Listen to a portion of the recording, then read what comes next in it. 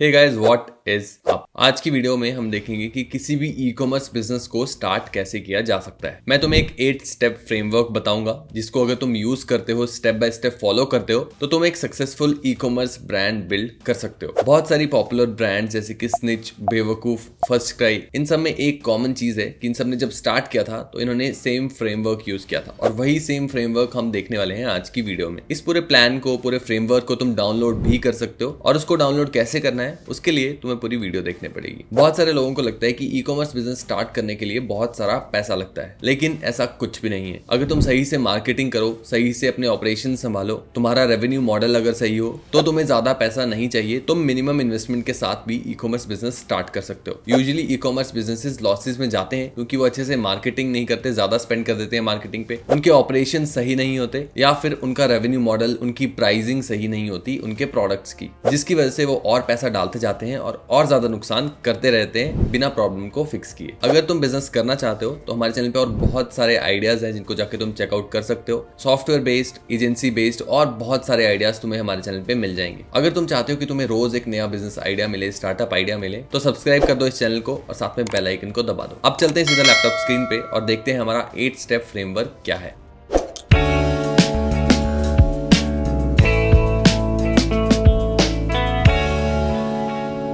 तो हम आ चुके हैं अपनी लैपटॉप स्क्रीन पे और इससे पहले कि हम आगे बढ़े एक इंपॉर्टेंट बात कर लेते हैं। हम कैसे एंटरप्रेन्योर बनेंगे, हम कैसा बिजनेस बिल्ड करेंगे, कितनी तेजी से ग्रो करेंगे, वो सब डिपेंड करता है हमारे सराउंडिंग्स पे, हम कैसे लोगों से बात करते हैं उस पे। और अगर तुम अपना सराउंडिंग बेटर करना चाहते हो, अपने जैसे लोगों से मिलना चाहते हो, तो तुम हमारी ऑनलाइन बिजनेस आइडियाज कम्युनिटी को ज्वाइन कर सकते हो इस QR कोड को स्कैन करके, जो कि तुम्हारी स्क्रीन पे है, या फिर तुम्हें लिंक डिस्क्रिप्शन में भी मिल जाएगा। पूरी फ्री है ये कम्युनिटी। यहाँ पे आके तुम अपने को फाउंडर्स ढूंढ सकते हो, लोगों के साथ अपने आइडियाज शेयर कर सकते हो या फिर लोगों के साथ मिलकर तुम आइडियाज को बिल्ड कर सकते हो। तो बहुत ही ज्यादा हेल्पफुल कम्युनिटी ये तुम्हारे लिए हो सकती है। अब चलते हैं हमारे फ्रेमवर्क पे और पहला स्टेप देखते हैं। सबसे पहला स्टेप है रिसर्च और मार्केट। हम बुकिश बातें नहीं करने वाले हैं, यहाँ पे प्रैक्टिकल एडवाइस तुम्हें मिलने वाली है। तो अब रिसर्च और मार्केट का मतलब क्या है? तो सबसे पहले तुम्हें पता होना चाहिए कि तुम्हारे इंटरेस्ट किस चीज में है, किस नीश में है, ताकि हम डिसाइड कर सकें कि तुम बेचना क्या चाहते हो और तुम क्या बेच सकते हो। तो सबसे पहले तो तुम्हें खुद के ऊपर ही रिसर्च करने पड़ेगी कि तुम किस चीज में इंटरेस्टेड हो, क्या क्या प्रोडक्ट्स तुम चाहते हो बेचना, और उसके बाद हम एक नीश सिलेक्ट करेंगे, एक कैटेगरी सिलेक्ट करेंगे। एक बार कैटेगरी सिलेक्ट हो जाती है, उसके बाद तुम्हें देखना है कि और कौन कौन सी ब्रांड्स हैं जो कि उस नीश में ऑपरेट कर रही हैं। बड़ी ब्रांड, छोटी ब्रांड्स, सभी कॉम्पिटिटर्स को जाके रिसर्च करना है, देखना उनकी वेबसाइट कैसी है, कितना ट्रैफिक आ रहा है वेबसाइट पे, उनका सोशल मीडिया कैसा है, उनके सोशल मीडिया पे कितने लोग आ रहे हैं, क्या एंगेजमेंट है। ये सब चीजें तुम्हें उनकी जाके एनालाइज करनी है। उनकी जाके एड्स तुम चेक कर सकते हो, फेसबुक एड्स लाइब्रेरी जैसे टूल्स को यूज करके, ताकि तुम्हें उनकी स्ट्रेटजीज पता चले अपने कॉम्पिटिटर्स की। जो छोटे कॉम्पिटिटर्स हैं उनको पहले हम बीट करने का ट्राई करेंगे और जो बड़े कॉम्पिटिटर्स हैं उनसे हम इंस्पिरेशन लेंगे स्ट्रेटजीज की। इसके बाद तीसरा स्टेप आता है अंडरस्टैंड कस्टमर नीड्स। अब तुम्हें अपने कस्टमर को समझना पड़ेगा कि वो चाहता क्या है। तो जो भी तुम्हारे कॉम्पिटिटर्स हैं उनके सोशल मीडिया हैंडल्स पे जाओ, उनकी वेबसाइट पे जाओ, जहां भी तुम्हें यूजर जनरेटेड कंटेंट मिलता है, जैसे कि सोशल मीडिया हैंडल्स पे कंटेंट के लिए तुम्हें कमेंट्स मिल जाएंगे। कमेंट्स जाके पढ़ो, स्टडी करो कमेंट्स को और देखो लोग क्या बात कर रहे हैं उस ब्रांड के बारे में, उस प्रोडक्ट के बारे में,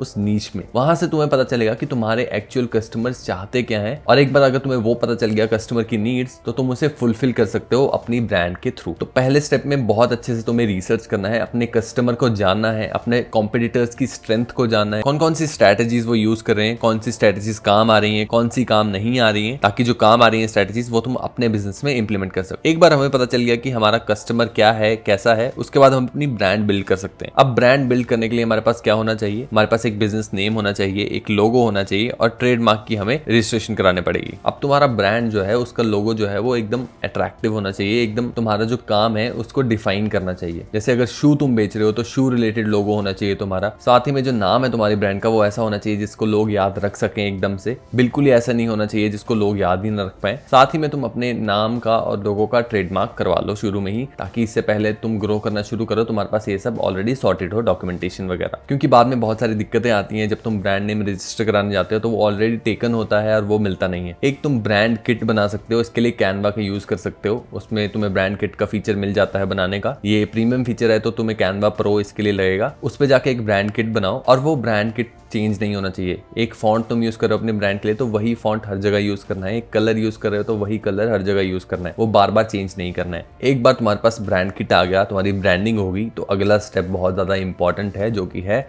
अपना बिजनेस मॉडल डिसाइड करना। अब बिजनेस मॉडल 2-3 टाइप के होते हैं ई कॉमर्स में, B2B, B2C और C2C। B2C होता है जैसे कि तुम डायरेक्टली सेल कर रहे हो कस्टमर्स को, जैसे कि स्निच या फिर बेवकूफ डायरेक्टली सेल कर रही है कस्टमर्स को एक बिजनेस। B2B होता है जिसमें बिजनेस टू बिजनेस ट्रांजेक्शंस होती हैं, जैसे कि इंडिया मार्ट है, वो वेंडर्स को लिस्ट करता है और वो वेंडर्स जो कि एक बिजनेस है वो अपने प्रोडक्ट्स बेचते हैं बाकी लोग बिजनेसेस को, होलसेल बिजनेसेस को। C2C क्या होता है, जहाँ पे कस्टमर्स ही अपना प्रोडक्ट डालते हैं और कस्टमर्स ही खरीदते हैं। ये Etsy जैसा प्लेटफॉर्म है जहाँ पे लोग अपने प्रोडक्ट्स लिस्ट करते हैं और बाकी लोग खरीदते हैं, तो वो एक C2C मॉडल हो गया। तो ये 3 टाइप के बिजनेस मॉडल्स होते हैं ई कॉमर्स में, लेकिन हम यूजुअली जो फोकस करते हैं वो करते हैं B2C पे। B2B के लिए तुम्हें फैक्ट्री चाहिए, तुम्हें बहुत ज्यादा स्केल पे बल्क पे ऑर्डर्स क्रिएट करना पड़ेंगे, तो B2C पे ही फोकस करने वाले हैं हम, और B2C बिजनेस ही हम देखने वाले हैं कि कैसे बिल्ड किया जा सकता है। बिजनेस मॉडल हमारा डिसाइड हो गया। अगला स्टेप जो बहुत इंपॉर्टेंट है वो है लीगल डॉक्यूमेंटेशन करवाना, अपने बिजनेस को रजिस्टर कराना। तो जो भी लीगल डॉक्यूमेंट्स चाहिए होते हैं वो सब तुम्हें इकट्ठा करने पड़ेंगे और वो देने पड़ेंगे, रजिस्टर कराना पड़ेगा अपने बिजनेस को। इसके लिए तुम्हें बिजनेस स्ट्रक्चर डिसाइड करना पड़ेगा, तुम कैसे स्टार्ट करना चाहते हो, solo proprietorship, partnership, private limited company, ये सब कुछ जो कंपनी के स्ट्रक्चर्स होते हैं वो हो सकते हैं। शुरू में सोलो प्रोप्राइटरशिप के साथ तुम स्टार्ट कर सकते हो। इन सबको पढ़ना जाके कि किन किन मॉडल में क्या क्या होता है, क्या क्या नहीं होता है। GST रजिस्ट्रेशन तुम्हें कराने पड़ेगी जो कि मैंडेटरी होती है ई कॉमर्स बिजनेसेस के लिए, और बाकी अदर लाइसेंसेस जो भी चाहिए होंगे लोकल परमिट्स के अकॉर्डिंग वो सब तुम्हें रजिस्टर कराने पड़ेंगे। वो थोड़ा बहुत स्टडी करना कि क्या क्या डॉक्यूमेंट्स चाहिए होते हैं, क्या क्या नहीं। बेसिकली ये 3 चीजें ही चाहिए होती हैं रजिस्टर कराने के लिए। इसमें ज्यादा पैसा नहीं लगता, 10 से 15 हजार के बीच में ये सब काम तुम्हारा हो जाएगा। अब हमारे बिजनेस ब्रांडिंग से रिलेटेड तो हमारे पास सब कुछ आ गया, लेकिन कोई प्लेटफॉर्म ही नहीं है हमारे पास जिसके ऊपर हम अपने प्रोडक्ट्स लिस्ट कर पाए। तो अगला स्टेप है हमारा ई कॉमर्स प्लेटफॉर्म चूज करना।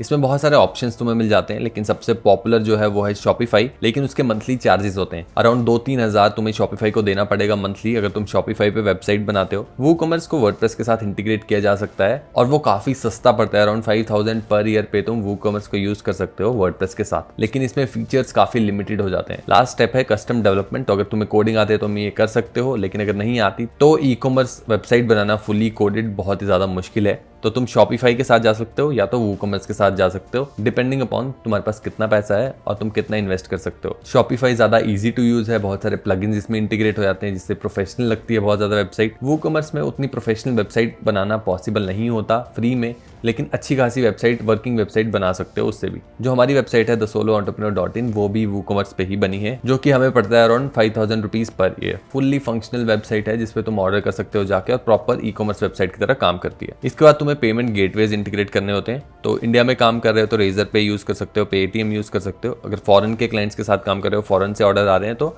स्ट्राइप यूज किया जा सकता है। ईजी होता है इस पे जाके अकाउंट बनाना, और वो सब इतना मुश्किल प्रोसेस नहीं है, इसके लिए तुम यूट्यूब वीडियोस देख सकते हो। और लास्ट स्टेप जो है वो है लॉजिस्टिक्स इंटीग्रेशन। तो तुम्हारे पास ऑर्डर आता है, तुम्हारे पास प्रोडक्ट है, तो तुम उसको भेजोगे कैसे लोगों तक, वही है लॉजिस्टिक्स इंटीग्रेशन। तो उसको करने के लिए तुम्हें पार्टनर करना पड़ेगा कंपनीज के साथ। सिंपली तुम शिपरॉकेट जैसी कंपनीज पे जाके अपना अकाउंट बना सकते हो, वेबसाइट पे जाके तुम्हें जैसे ही ऑर्डर आता है वो जाके वहां पे डाल सकते हो, या फिर इंटीग्रेट भी हो जाता है शिपरॉकेट शॉपिफाई और वूकॉमर्स के साथ, तो वो भी कर सकते हो। और भी बहुत सारे कुरियर सर्विसेज के ऑप्शंस हैं जो कि तुम जाके एक्सप्लोर कर सकते हो। अब हमारी वेबसाइट बन चुकी है, प्रोडक्ट सारे लिस्ट हो चुके हैं, लेकिन प्रोडक्ट कहाँ से आएंगे वो तो हमने डिस्कस किया ही नहीं। तो अगर तुम ई कॉमर्स पे कोई भी प्रोडक्ट बेचना चाहते हो तो वो आएगा कहाँ से? इस पे तुम्हें 2-3 ऑप्शंस मिल जाते हैं। या तो तुम इंडिया मार्ट पे जाके होलसेलर से जाके प्रोडक्ट उठाओ जो भी तुम बेचना चाहते हो, या तो तुम खुद मैन्युफैक्चरर्स के साथ जाके बात करो और उनसे ऑर्डर लो, कस्टमाइज ऑर्डर अगर तुम बनवाना चाहते हो, या तो तुम्हारी खुद की फैक्ट्री हो, या तो तुम प्रिंट ऑन डिमांड करो। प्रिंट ऑन डिमांड क्या होता है वो नहीं पता तो तुम जाके हमारी वीडियो चेक कर सकते हो प्रिंट ऑन डिमांड बिजनेस के ऊपर। या फिर तुम घर पे खुद का कोई प्रोडक्ट बनाते हो, जैसे कि अचार बनाते हो, उसको तुम बेचना चाहते हो ऑनलाइन। तो ये कुछ तरीके हैं प्रोडक्ट लाने के। या फिर तुम ड्रॉप शिपिंग कर सकते हो। ड्रॉप शिपिंग के लिए तुम अगेन इंडिया मार्ट यूज कर सकते हो, रोपोसो क्लाउड यूज कर सकते हो। बाकियों के प्रोडक्ट बेसिकली अपनी वेबसाइट पे बेचोगे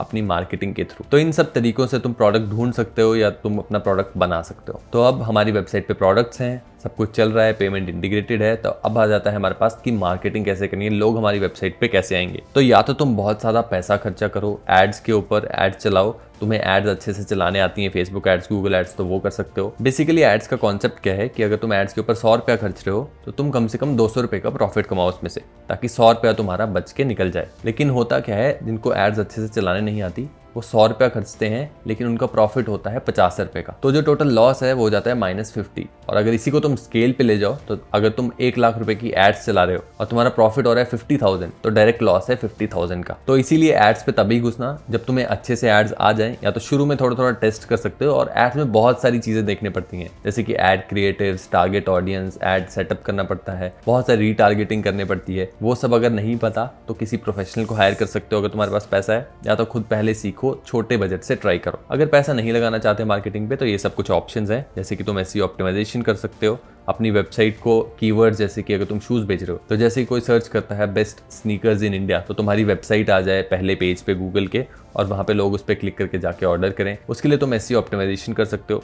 बाकी तुम कंटेंट बना सकते हो जो कि फ्री होता है। किसी भी सोशल मीडिया प्लेटफॉर्म पे जाके तुम अपने प्रोडक्ट से रिलेटेड कंटेंट बना सकते हो। अगर तुम्हारा प्रोडक्ट अच्छा है, तुम अपना कंटेंट अच्छा बनाओगे, एक रील भी वायरल चली गई तो वहाँ से तुम्हें बहुत सारे ऑर्डर्स आ सकते हैं, और वो बिल्कुल फ्री होगा, उसके लिए तुम्हें पैसा नहीं देना पड़ेगा। लेकिन इसमें मेहनत ज़्यादा लगेगी और कंटेंट हाई क्वालिटी होना चाहिए, एंगेजिंग होना चाहिए यूजर्स के लिए। इसके अलावा अगर तुम्हारे पास प्रोडक्ट हैं तो तुम इन्फ्लुएंसर्स के साथ जाके पार्टनरशिप कर सकते हो। जैसे कि उनको तुम कह सकते हो कि 50-50% प्रॉफिट रखेंगे, तुम हमारी ब्रांड की प्रमोशन करो, और जो भी ऑर्डर से प्रॉफिट आएगा उसका प्रॉफिट 50-50 हम कर लेंगे। बहुत सारे इन्फ्लुएंसर्स मना करेंगे, लेकिन फिर भी तुम अगर ट्राई करते रहोगे तो हो सकता है तुम्हें एक ऐसा इन्फ्लुएंसर मिल जाए जिसके फॉलोअर्स हो और तुम 50-50 प्रॉफिट शेयरिंग पे कर सको। तो अगर फ्री में मार्केटिंग करनी है तो कंटेंट बनाओ, जितना ज्यादा तुम बना सकते हो, और जहां पे तुम्हारे ऑडियंस है वहां पे जाके कंटेंट बनाओ। ई कॉमर्स के लिए मोस्टली इंस्टाग्राम पे ही तुम्हें कंटेंट बनाना पड़ेगा, साथ में यूट्यूब भी तुम ट्राई कर सकते हो। इससे अगला जो स्टेप है वो सबसे इंपॉर्टेंट स्टेप है इस वीडियो का, जो कि है प्लान, ऑपरेशंस एंड लॉजिस्टिक्स। तो अगर तुम्हारे ऑपरेशंस स्मूथ नहीं होंगे, तुम्हारे लॉजिस्टिक्स स्मूथ नहीं होंगे, तो तुम बिजनेस में बहुत सारा लॉस कर सकते हो। अगर तुम सही से इन्वेंट्री को मैनेज नहीं कर रहे हो, यानी कि तुम्हारे पास कितने प्रोडक्ट्स पड़े हैं ऑलरेडी बेचने के लिए, कितने ऑर्डर्स आ रहे हैं, वो मैनेज अच्छे से नहीं हो रहा है कि कितने ऑर्डर्स आ रहे हैं उस हिसाब से कितने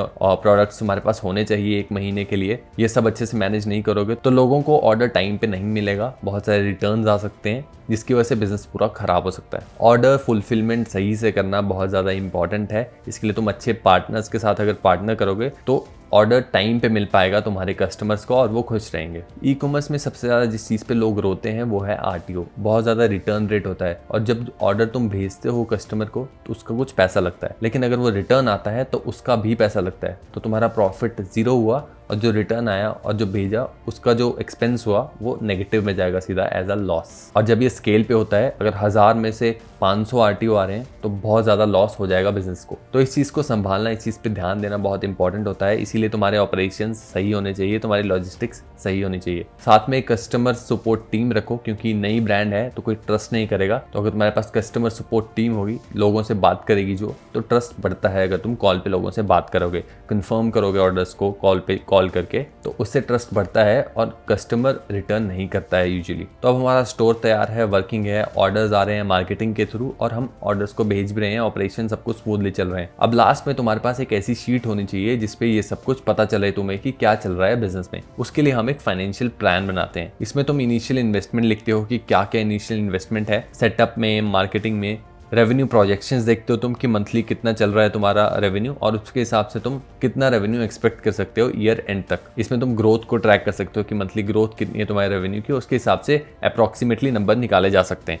और साथ में एक्सपेंस मैनेजमेंट की ऑपरेशनल कॉस्ट कितनी है और एक्सपेंसेस को कैसे ऑप्टिमाइज किया जा सकता है, ताकि लॉन्ग टर्म में तुम बिजनेस को और प्रॉफिटेबल बना सको। तो इन सबको एक शीट पे डालना बहुत ज़रूरी है। फाइनेंशियल प्लान नहीं होगा तो तुम अपने बिजनेस को मैनेज नहीं कर पाओगे अच्छे से। इसको तुम बैलेंस शीट ही कह सकते हो तुम्हारे बिजनेस की। बैलेंस शीट्स तुम बड़ी बड़ी कंपनीज की, छोटे छोटे स्टार्टअप्स की जाके देख सकते हो कि वो कैसे ऑपरेट करते हैं, और अपने बिजनेस के लिए भी बैलेंस शीट बना सकते हो। तो गाइस, ये था पूरा 8 स्टेप फ्रेमवर्क। इसके अलावा हमने एक डमी कंपनी लेके एक प्रोफेशनल प्लान बनाया है इसी 8 स्टेप फ्रेमवर्क को यूज करके। इस पूरे 8 स्टेप फ्रेमवर्क को और साथ में उस डमी कंपनी के प्लान को तुम डाउनलोड कर सकते हो। डाउनलोड करने के लिए तुम्हें बस कमेंट करना है बिजनेस फ्रेमवर्क और लाइक कर देना इस वीडियो को। जैसे ही इस वीडियो पे 100+ लाइक्स होते हैं, वैसे ही पूरे डॉक का लिंक मैं तुम्हें कमेंट करके रिप्लाई कर दूंगा। और ऐसी वीडियोस देखना चाहते हो तो सब्सक्राइब करो इस चैनल को। इस वीडियो के लिए इतना ही। थैंक यू, धन्यवाद।